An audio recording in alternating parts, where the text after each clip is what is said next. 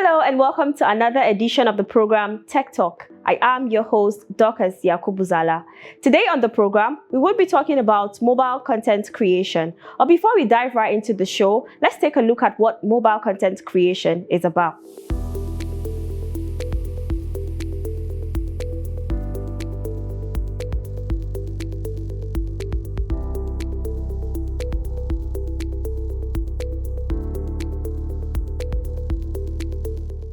Mobile phones have become an integral part of our lives.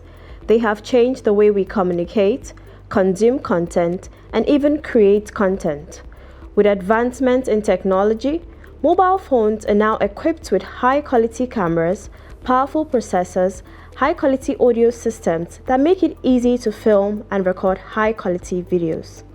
This has made it possible for anyone to create professional quality content right from their phones, which is known as mobile content creation. Content creation on mobile phones have become increasingly popular in recent years, especially with the rise of social media platforms like Instagram, TikTok, and YouTube. These platforms have given individuals the opportunity to showcase their creativity and share their passions with the world. Mobile phones have made it easier than ever to create and share content, allowing anyone to become a content creator.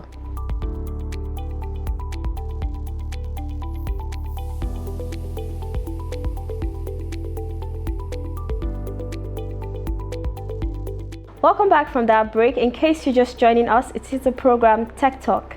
And we have Mariam Burrow, who is a content creator and is joining us from Kaduna State. You're welcome to the program, Mariam. Thank you. Thank you for having me. All right, Mariam, can you expatiate further on what mobile content creation is? Mobile content creation is the ability to create content using your mobile phone, using your phone basically. Because you can use your phone to create so many content on different social media platforms. So just being able to use your mobile phone to create content is just basically what mobile content creating is all about. Okay, so can you walk us through the process of creating content using your mobile phone? It depends on what platform you're creating content from. Let's say, for example, Instagram or YouTube. Okay, let me use YouTube for example, since I'm a YouTuber. And I use my phone to create all my videos. So I record with my phone. I have a tripod, I have a ring light, and I use my mobile phone.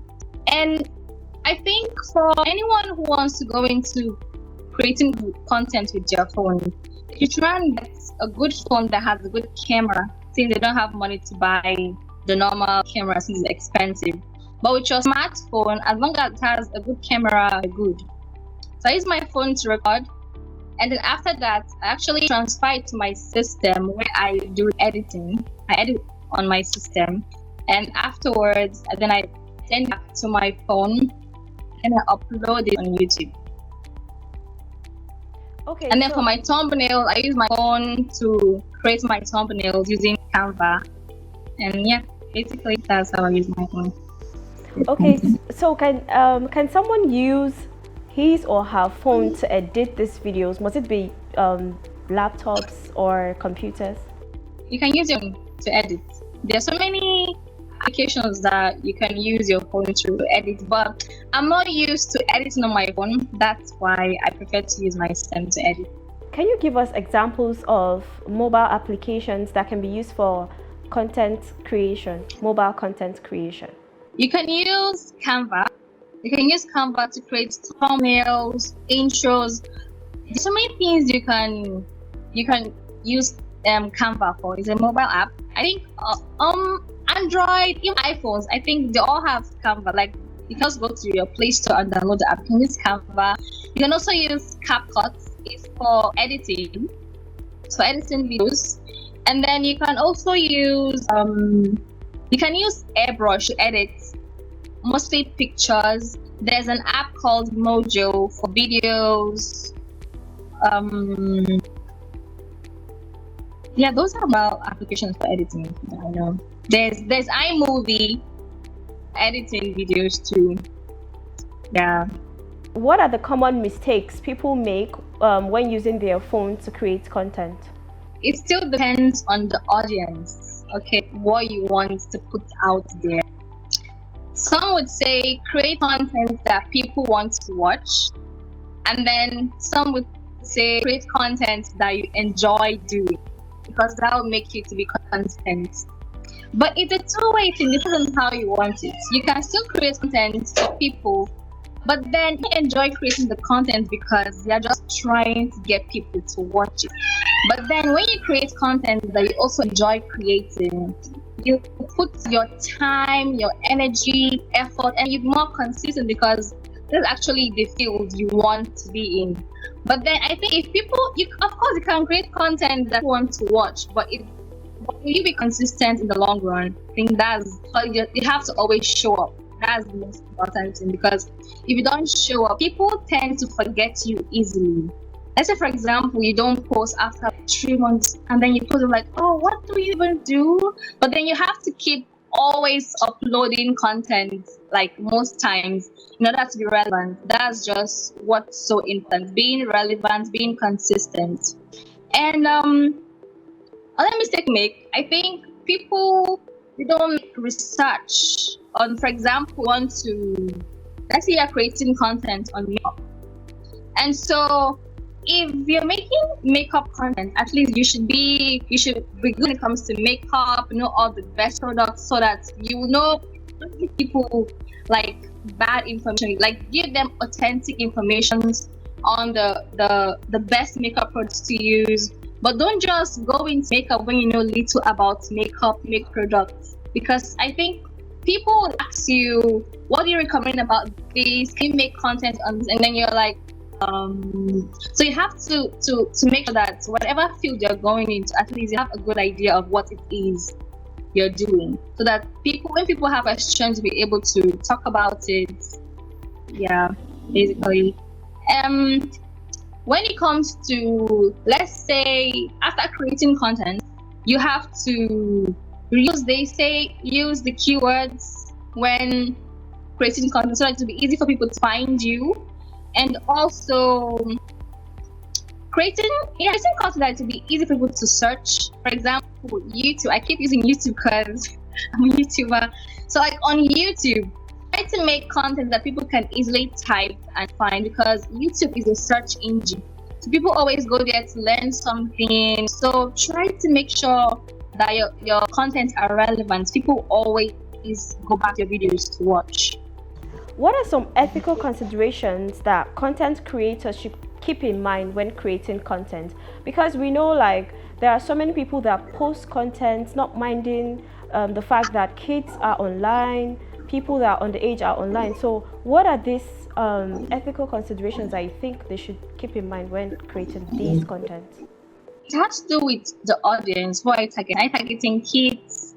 Are you targeting adults audience? For example, and I think that's why we have relations like 18 years ago. We have, like, for example, on YouTube, you want to put, you can say for kids, not for kids. So I feel, at least make content that anyone can watch and enjoy. But if you want to be making adult content, it's okay. But then sadly, like, children have access to phones, internet, they can always watch anything right now. But it depends on what you want to create and the audience and who you're targeting. Let's say you're creating content. Some would say consider the length of the video. Some don't like long videos. Some don't like short videos. For example, YouTube. If you make because we have the watch time is really needed, because YouTube wants to see that people actually spending time on your page, watching all your videos. If you tend to create content that are not that long, you may not be able to get the retention that YouTube wants. But then because of that, we also have YouTube Shorts, which it's so easy and it's going viral. So people tend to like to watch YouTube Shorts these days. So some are like, make YouTube Shorts more. Some are like, make long videos, 20, 30 minutes, and you're like, so what do you want to do? Right. So it depends on what you want Can you what hear your me? audience wants. Can you hear me, Mariam? What advice do you have for someone who is just starting on mobile content creation and wants to improve on his or her skills? I would advise the person to just start. You don't have to be perfect the first time. Like, it's a gradual process. As you keep making content, you keep getting better. You become more confident in front of the camera. I remember my first few videos. I'm like I cringe when I watch them. I'm like, wait, is this me? Oh my, what the? Because I know then I wasn't very comfortable in front of the camera, and then be like, oh, I can't look in front of the camera, blah blah blah. I feel just start gradually, you be more confident, and gradually you can get the best gear, get the best camera. But just start, maybe, and gradually you also get improved when it comes to editing. So I basically just start because it's a gradual process. We all didn't just start perfect. So as you continue, you keep getting better. Okay, so do you advise a new content creator to hire editors, or he or she should learn and edit by his or herself? If you can afford an editor, it's okay. And then if you cannot, then you will have to learn how to edit yourself. Yes. Plus we have apps that are so easy for people to learn. But if, let's say for example, if they are paying you, if they're already getting on your social media from the content you create, and then you want to be so consistent, having to edit can take lots of time. So if you can afford an editor, it's fine. You can pay them to edit videos for you. It seems to make the job less easy, less hard. So yeah, you can afford one, no problem. How do you balance your personal life and content creation, and how do you go about the budget, the funds you put into content creation? Okay. Let's start with my personal life and content creation. For days or when I'm not in school, I'm not busy. I know that I have time to create content, edit, and then when I'm in school, I know I have academic work, I have editing, in fact, going out to create the content is a lot. So I think I have like a timetable. I'll say, okay, today I'll film the video. Okay, by tomorrow I'll edit. I can use like 2 days to edit the videos, and then I can just edit 2, and then so that I can just post them, let's say after 2-3 days. But then there are days that you can be so overwhelmed with work that you even have time. I'd say don't beat yourself up. If you can, let's say you always upload twice a week, 3 times a week. There can be days where you'll not be able to post about street content. Don't beat yourself up, okay? But just try and create content for people. Like me, for example, if I'm at home, I can create like 4 content in a day. So that at least I know for the next 3 weeks I already have videos I can post. So even if I'm sick, I'm busy, I know I already have videos that I can edit and post. So you can always edit and you can always film videos and keep them in case. You can film like 3 videos, 4 videos in a day. So that you can know that next 2-3 weeks you already have videos you're covered.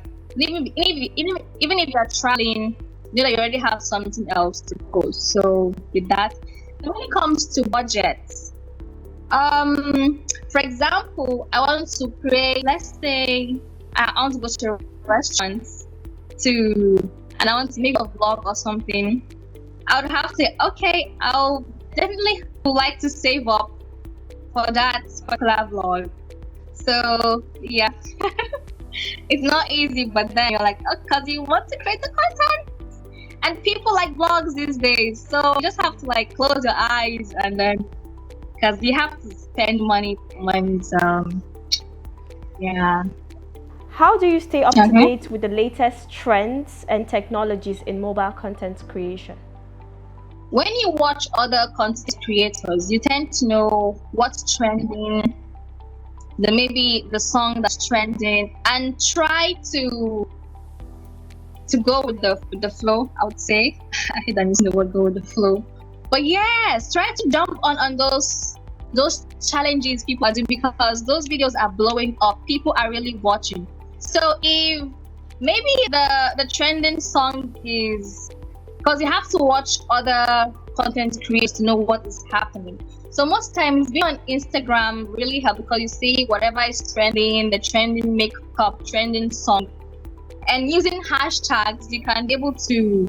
Hashtags helps a lot. You can be able to, like, people can find you through hashtags, knowing all the latest trends, and try to join the trends and the challenges. It can help.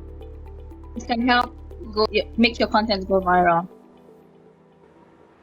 All right, so how do you cope with negative comments and reviews on social media? You can take your time, create content, and somebody somewhere would sit down and compose comments that are degrading your post and all of that. How do you cope with that? Okay. I try to not pay attention to whatever people are saying. Like, for example, I was whenever I film a video, I remember I filmed this video I posted, and people were like, "Oh no, it's supposed to be like this. It's supposed to be like that." I know what I want to put out there. They just feel, and it's not everybody's comment they have to pick. Some actually they are like, it's good criticism. You can pick that. But the ones that know that you don't really need this one, so you just have to know what it is you want to do. So people will always criticize you and say, "Oh, it's like this," or they feel opinion on this is different. But being able to know where you stand and what you want to put out for your channel, like, goes a long way. And then try not pay attention to the negative comments. Yes, because I think people are just angry these days. They're just angry and they're looking for those ways to just pour that anger to make the next person angry. We have a lot of cyberbullying going on, so just try to not pay attention to negative comments and just know what it is you stand for. All right, so what advice do you have for content creators that take their time, create content, and they don't get the desired number of views or likes on social media? How should they cope in such scenarios? Okay. I would say, they always say, "Oh, just keep uploading, keep showing up. Luckily, one day the god of viral will just make one of the videos go viral." For example, me, anytime I post video, I'm like, "Oh God, please make this video go viral, make this video go viral," and then you just like say check your page and you see 13 views and you're like, "What's happening? I'm not watching." It's really sad and heartbreaking, because you can create a content that you know this content is top notch, but then you're not getting the views you want. You're like, "Oh wow, really?" And they still always show up. But I feel from the story we've heard, people, they keep saying, "Oh, I was on YouTube for so amount of years, and then luckily I was able to make it. Now I have 1 million views." It just has to do with being consistent, and being consistent. Actually, you see the growth in it. It might be slow, then you'll be growing. Like me, I used to say, "Oh my God, my channel is crawling. It's not moving." But I'm still hopeful that, oh yes, one day it will to get to where I want it to be. But then just being hopeful and being consistent will go a long way. All right, so what are some effective strategies for promoting mobile content creation in order to reach a larger audience? Using hashtags, as I mentioned, can go a long way. And also jumping on the challenges, the current challenge that is happening. For example, can you remember when, let's say, for example, did you join the Don't Rush challenge? Then when people were making that, if you create that content, it's going viral. Everyone's all about don't rush. So try to join latest challenges that's happening, because it will help promote this video. And also even the trends, try to use keywords in your titles, because that will help people to find you more easily. Yes. And then post on all social media platforms. All right, Mariam, thanks for joining in today. You're welcome. Thank you.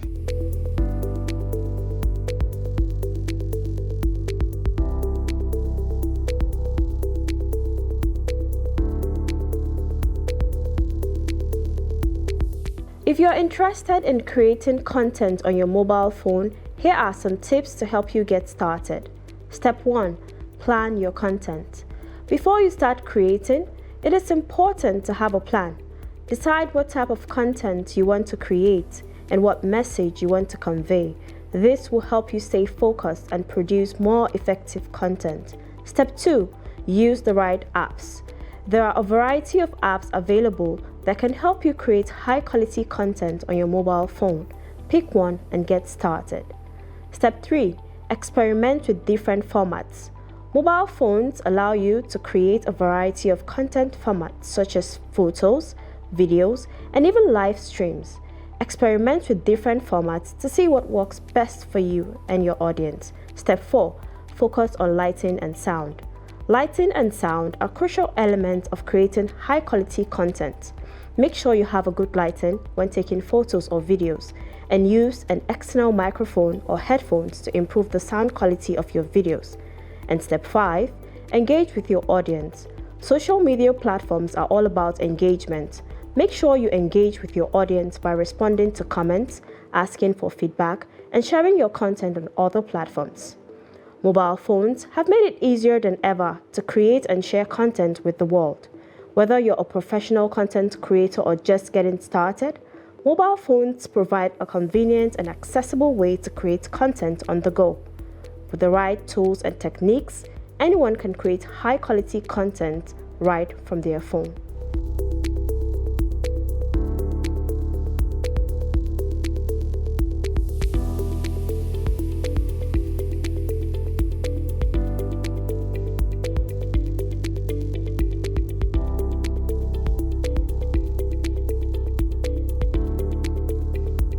On today's product review, we will be reviewing the Xiaomi 12 Pro Plus. The Xiaomi 12 Pro Plus is a mid-ranger with a whopping 200 megapixel main camera. But that's not all it has in store. The phone is packed with 120-watt fast charging, a new chipset, and a bigger battery than the previous model. The Pro Plus is the most premium of the Redmi Note 12 series and the only one with a glass back. The panel is slightly curved with a polished finish. The frame is made of plastic though with a matte finish. Like the rest of the Redmi Note 12 series, it has dust and splash proofing rated at IP53. The display of the phone is a 6.6-inch AMOLED.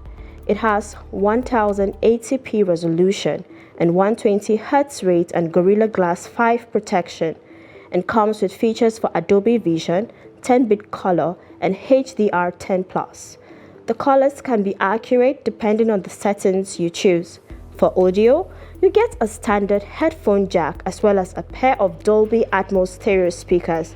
Their loudness is good and the sound quality is good too, with nice vocals and some bass.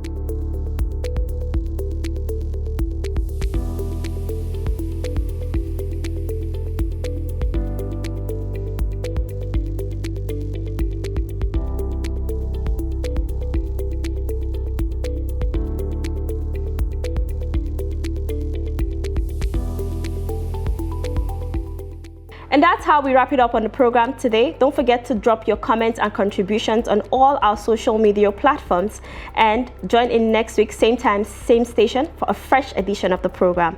My name is Dorcas Yakubuzala. Goodbye.